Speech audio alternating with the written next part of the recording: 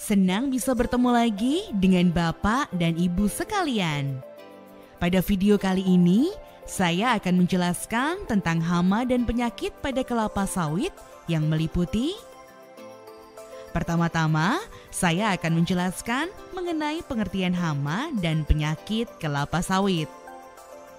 Hama adalah organisme yang dianggap merugikan dan tidak diinginkan keberadaannya karena merusak tanaman kelapa sawit sehingga dapat menurunkan produksi hasil panen.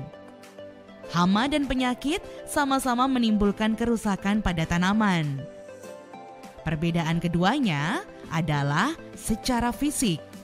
Hama dapat dilihat dengan mata dan penyakit sulit dilihat dengan mata, serta dampak kerusakan yang ditimbulkan juga berbeda.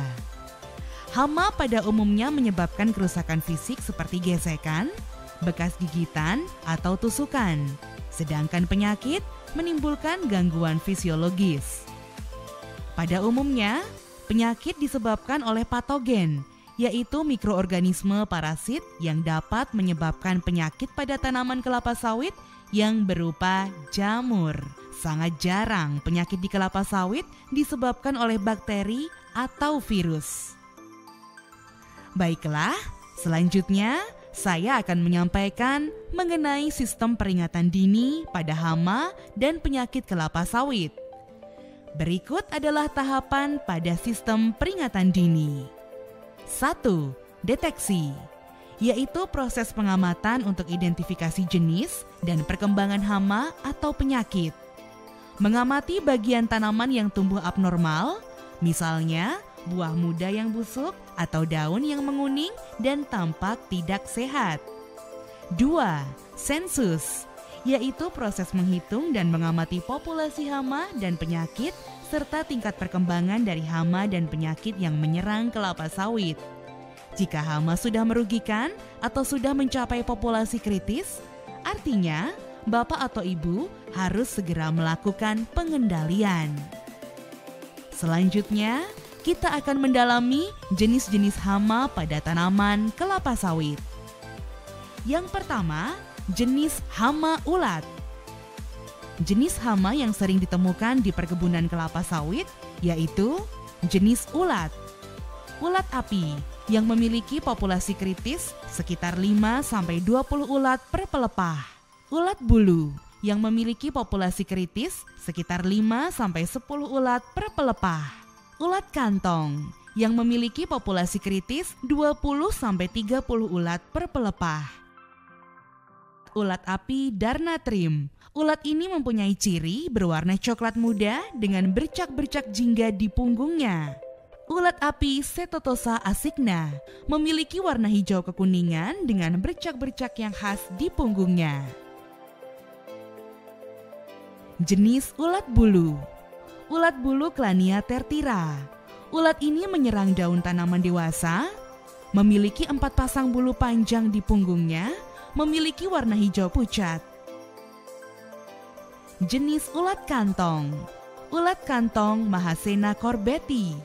Ciri dari hama ini adalah hidup di dalam kantong yang terbuat dari potongan daun yang diikat benang-benang dari air liurnya. Ulat kantong Crematopis pendula. Ulat ini hidup dalam kantong yang langsung menempel pada daun. Jenis ulat ini mirip Metisa plana.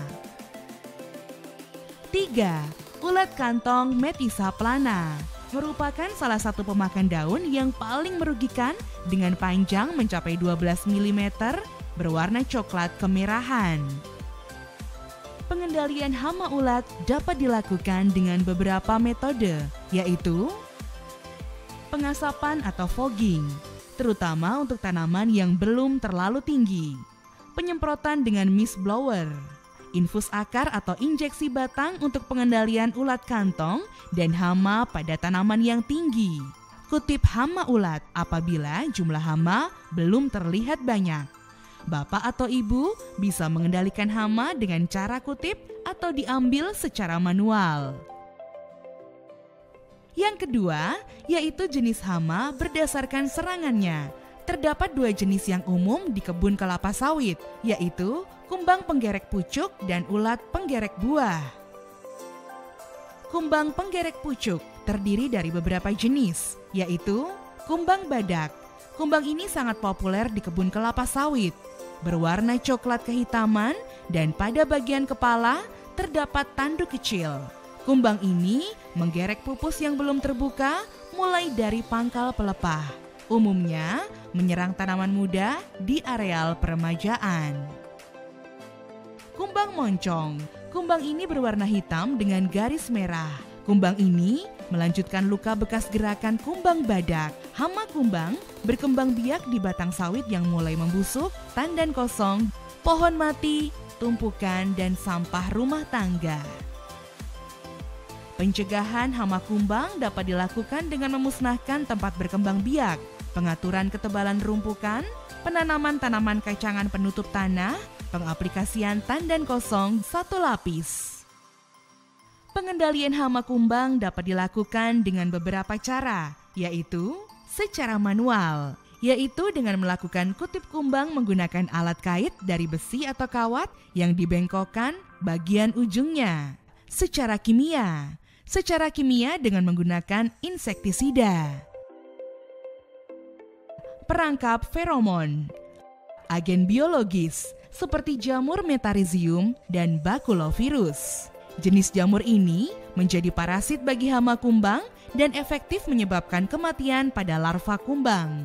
Jamur digunakan dengan menaburkan 20 gram per meter persegi atau dalam medium jagung pada tumpukan tandan kosong dan 1 kg per batang kelapa sawit yang telah tumbang. Ulat penggerak buah Tirataba rufifena sering dijumpai merusak buah, terutama pada tanaman muda. Ciri-ciri ulat ini berwarna coklat muda dengan ciri serangan buah muda menjadi berlubang. Selanjutnya, hama vertebrata yang populer di kebun kelapa sawit yaitu hama tikus. Hama tikus sangat merugikan bagi petani kelapa sawit karena menyerang pucuk tanaman muda sehingga dapat menyebabkan kematian tanaman muda sampai 20%, penurunan produksi sampai 20%, penurunan kualitas buah, dan berkurangnya populasi serangga penyerbuk. Pengendalian hama tikus dapat dilakukan dengan pengendalian manual, yaitu memburu atau menjebak tikus, memelihara burung hantu sebagai musuh alami pemangsa tikus. Pengendalian kimia dapat dilakukan dengan menggunakan rodentisida atau racun tikus. 2. Hama babi hutan. Hama ini biasanya menyerang tanaman muda dengan memakan umbutnya sehingga menyebabkan tanaman mati dan perlu disisip ulang. Pengendaliannya dengan memagari pohon kelapa sawit dan menaruh racun tikus di sekitar pohon kelapa sawit. Hama dapat menimbulkan kerugian bagi petani, yaitu menurunnya produktivitas hasil panen. Estimasi kehilangan hasil panen akibat serangan hama pada kelapa sawit adalah sebagai berikut. Hama kumbang dapat menyebabkan kehilangan hasil panen hingga 18 ton per hektar per tahun, sedangkan hama ulat 13 ton per hektar per tahun dan tikus sekitar 4 ton per hektar per tahun. Dalam menanggulangi hama, terdapat beberapa alat yang dapat digunakan oleh petani, yaitu knapsack mist blower untuk menyemprot hama pada kelapa sawit, mesin bor untuk injeksi batang kelapa sawit, ember, kawat, bambu atau kayu penyangga untuk perangkap hama kumbang. Terdapat beberapa jenis tanaman yang dapat mengendalikan hama, di antaranya katemas, wedusan, ketepeng kecil, bunga pukul 8. Jenis tanaman ini dapat ditanam di sekitar area kebun kelapa sawit dan dapat menjadi makanan bagi musuh hama, sehingga populasi hama dapat terkendali. Baik Bapak dan Ibu sekalian, sekian penjelasan saya mengenai hama dan penyakit pada kelapa sawit. Mari mempraktikkan berkebun secara baik dan berkelanjutan sehingga dapat bermanfaat bagi kita dan alam. Terima kasih. Sampai jumpa di materi lainnya ya.